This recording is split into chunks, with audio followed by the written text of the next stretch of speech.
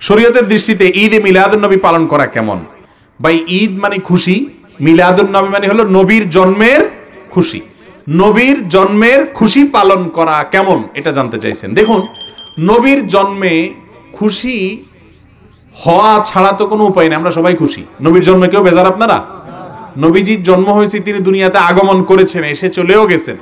তার এই যে আগমন হয়েছে, এতে গোটা পৃথিবীর মুসলমান অমুসলমান যারা শান্তিকামী সবারই খুশি হওয়ার কথা।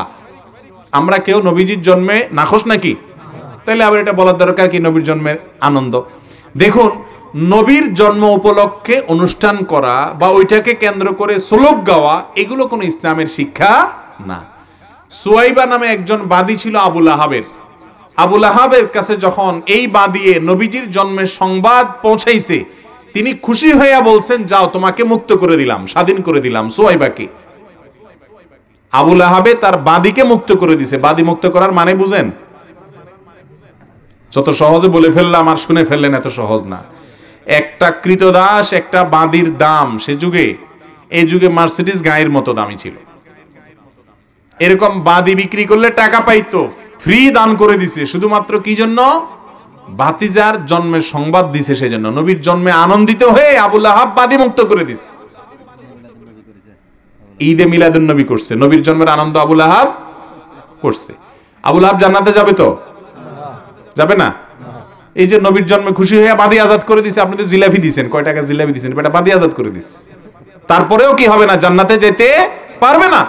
কিন্তু আবু বকর, ওমর, উসমান, আলী, অন্যান্য সাহাবীরা রিদওয়ানুল্লাহি তাআলা আলাইহিম আজমাইন, তারা নবীর জন্মে আনন্দিত হয়ে কোনো কিছু করেন নাই, কিন্তু তারা নবীর কথাগুলোকে মানার চেষ্টা করছেন।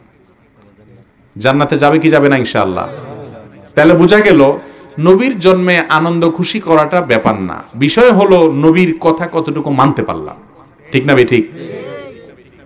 এক ছেলে বাপের জন্মদিন উপলক্ষে ইয়া বড় কেক কাটে, ফুল নিয়ে আসে, happy birthday to you papa বলে এক ছেলে। কিন্তু বাপে যদি বলে ডাইনে যা, সে যায় বামে। বাপে যদি কয় খাড়া, সে বসে। এক বাপের ছেলে, সে বাপের জন্মদিন উপলক্ষে কেক কাটে, ফুল দেয়, হ্যাপি বার্থডে টু ইউ বাবা বলে, কিন্তু বাপের কোনো কথা শুনে না, বাপের সব কথা অমান্য করে। আরেক ছেলে বাপের কোনো জন্মদিন উপলক্ষে কিছু করে না, কিন্তু বাপের কথা অক্ষরে অক্ষরে শুনে। কি বলেন? বাপ কোন সন্তানের প্রতি খুশি হবেন? দ্বিতীয় সন্তানের উপরে না? অতএব প্রিয় নবীজির সম্মুখে কিয়ামতের ময়দানে ওই ব্যক্তি দাঁড়িয়ে তার সন্তুষ্টি নিবে, তার হাতে হাউজে কাউসার পান করবে, যেই ব্যক্তি ইবাদত বন্দেগী ইসলামের কাজগুলো নবীজির পদ্ধতি অনুযায়ী করছে অক্ষরে অক্ষরে। কে কি করছে না করছে এসব দেখা দেখি নাই, আমার নবীজি কিভাবে করেছেন সাল্লাল্লাহু আলাইহি সাল্লাম, আমি শুধু সেইভাবে করব, এরকম সুন্নতকে যে খুঁটে খুঁটে আমল করেছে তার মুক্তি হবে। নবীর জন্মে ফুর্তি করে, আনন্দ উৎসব করে, মিলাদ মাহফিল করে, জিলাপি খেয়ে মুক্তি পাওয়া যাবে না।